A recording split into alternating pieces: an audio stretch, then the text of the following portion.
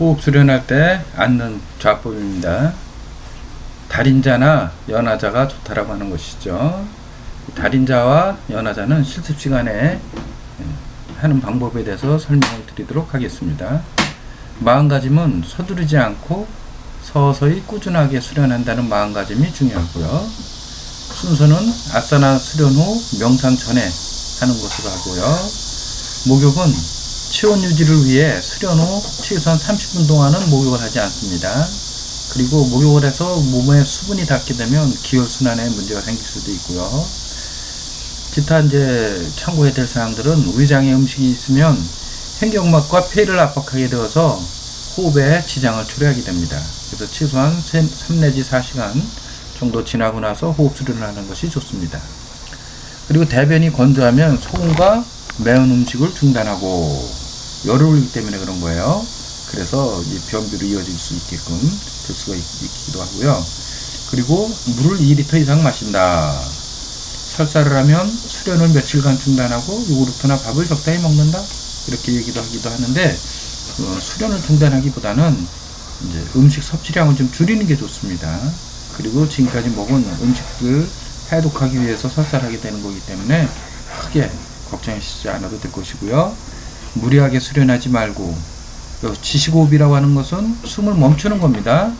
무리하게 하게 되면 육체뿐 아니라 마음과 감정에도 부작용이 생길 수가 있으니까 이거를 비율 조절을 위해서 자신의 몸 상태에 맞추어서 나디, 즉 경락이 많이 막혀 있는 분들은 오래 참을 수가 없습니다. 그럴 때 무리하게 오래 참으면 문제가 생길 수도 있고, 혈압이 높은 분이 또 숨을 오래 참으면 문제가 생길 수도 있으세요.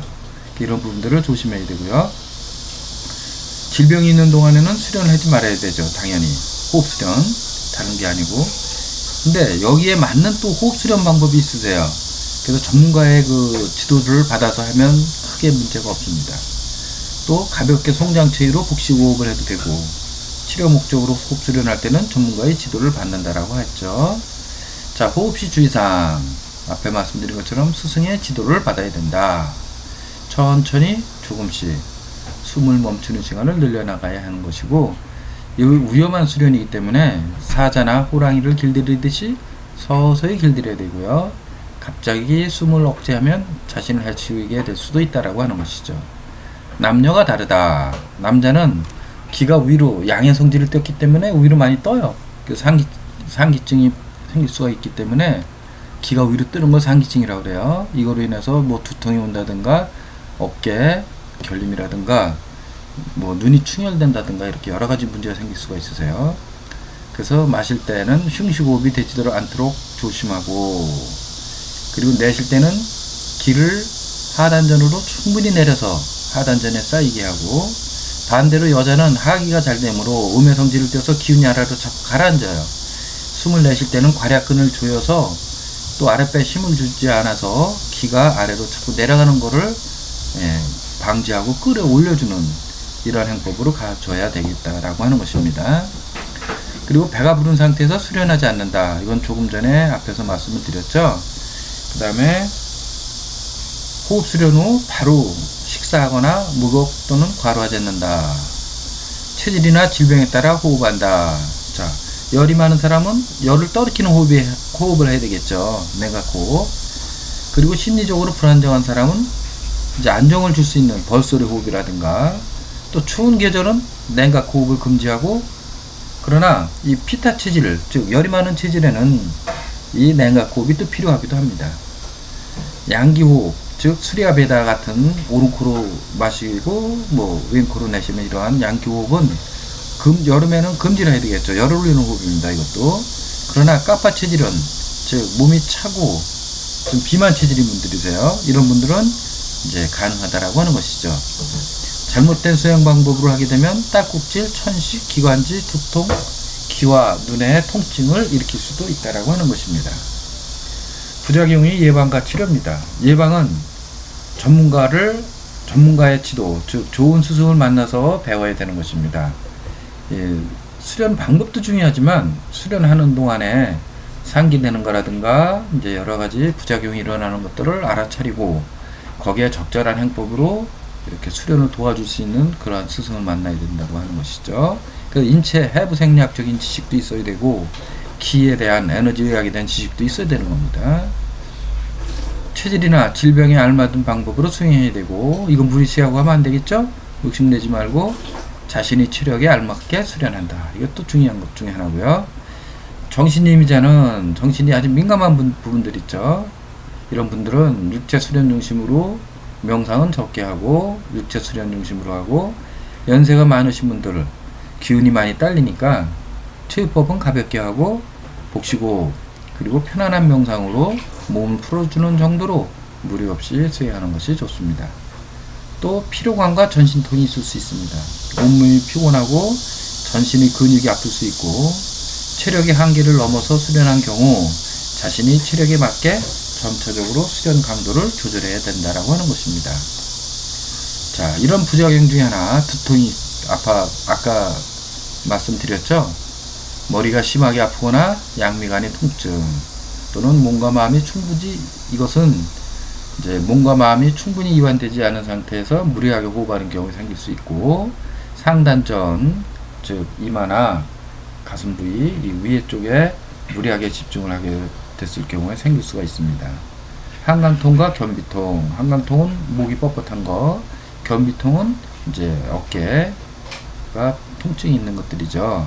이런 것들은 목, 어깨, 허리가 무겁고 통증이 심하고 자세 불량이 될 수도 있는데, 긴장이 심해서 생길 수가 있습니다. 호흡이나 이런 수련을 할 때 치유법을 충분하게 해서 긴장을 풀어놓고 호흡 수련을 해야 된다고 하는 것입니다. 신체의 냉감이 생기기도 한다.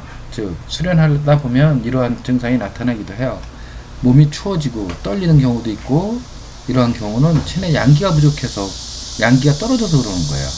이럴 경우에는 따뜻한 물을 마시고 몸을 가능한 한 따뜻하게 유지를 해줘야 된다고 하는 것입니다. 자, 요가 수련할 때 정상적인 반응이 있는데, 이러한 정상적인 생리 반응을 잘못된 부작용으로 이해할 수가 있으세요. 그래서 이것을 알아놓는 것도 중요합니다. 심신이 이완이 돼서 몸이 가벼워지고 편안해지고 상쾌한 그리고 안정된 기분이 들기도 하고요. 신체 온도가 변합니다. 즉 따뜻해진다는 것이죠. 모세혈관이 확장이 되고 기혈순환이 촉진되면서, 그리고 통전, 전기가 통하는 것 같은 자력감이 생기기도 하고요. 온몸이 찌릿찌릿하고 전기가 흐르는 느낌, 자석이 밀고 당기는 그러한 자력을 느낄 수가 있다라고 하는 겁니다. 또 진동으로 인해서 가벼운 떨림이 일어날 수도 있으세요. 약한 경락과 경락이 풀리고 한열의 온도 변화에 의해서 떨림이 올 수도 있고요. 이런 것들이 생기면 가볍게 흘려보내고, 일부러 이거를 만들려고 애를 쓰면 안 돼요. 그리고 물이 흐르는 느낌, 신체의 통증, 그리고 감정의 폭발, 그리고 무의식적인 충동작이라든가 명상법 중 내부의식으로 이런 것들을 끌어들이기도 하는 이러한 현상이 나타나기도 한다고 하는 것입니다. 심하게 몸을 떨기도 하고, 그리고 춤을 추기도 하고, 이런 것들은 에너지가, 감정, 이런 것들이 변화가 오면서 일어나는 정상적인 생리 반응이라고 할 수가 있겠습니다. 가볍게 흘려버리면 됩니다. 자, 호흡 수련 순서, 어떤 방법으로 수련을 해야 될까요? 치유법으로 양쪽 콧구멍, 즉 이다와 삥갈라 나디가 어느 정도 열어지도록 치유법 수련을 해서 열어지고 나면 그때 호흡 수련은 들어가는 겁니다. 그 다음에 호흡 바라보기를 해서 차분하게 심신을 이완해 주고요. 자신의 숨 쉬는 모습을 잘 관찰하는 겁니다. 그러다 보면 차분해지고 이완이 되죠. 그리고 몸을 활성화시키는 호흡, 정내호흡이나 풀호흡을 하고 에너지 기혈순환을 촉진시키는 겁니다. 몸에 열이 있는 사람은 서늘하게 하는 호흡을 해줘서 몸의 열을 떨켜줘야 되겠죠. 그리고 나서 프라나의 균형을 잡아주는 이 교흡을 해줍니다. 좌우 교대로 해서 자율신경계가 균형을 이루게, 또 이다와 핑갈라나디가 균형을 이루게 해주는 겁니다. 차분하고 고요하게 명상하는 수련 호흡으로, 즉 브라마리 호흡이나 승리호흡 같은 호흡으로 마무리를 지으면 되겠습니다.